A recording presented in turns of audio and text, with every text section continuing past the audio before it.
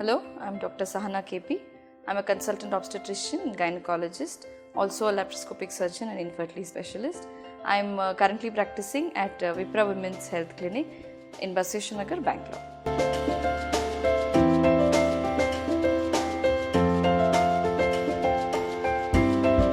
Recovery from prolapse surgery will depend upon the type of surgery that the patient has undergone. Usually, if the cystocoele or the bladder repair is not done, the patient's catheter will be removed after 24 hours. We will ask to mobilize, and the patient may resume normal day-to-day activities by 1 week. However, we do advise not to lift heavy weights or do strenuous physical work for about 2 to 4 weeks, and coital activity has to be assumed only after 6 to 8 weeks.